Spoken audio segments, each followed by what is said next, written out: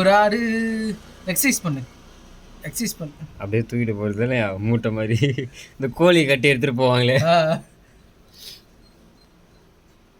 ஐயோ பாவம் அவங்க அப்பா போய் ஹேய் போய்டா சாக்கடை குளியல். சாக்கடையிலே சும்மா படுத்துச்சா. வேற என்ன பண்ணுறது அதுக்கு? வேற நல்ல தண்ணி இல்லைல்ல. அதே அந்த சின்ன சின்ன இருக்கு மட்டும் அந்த இடத்துல. ஹலோ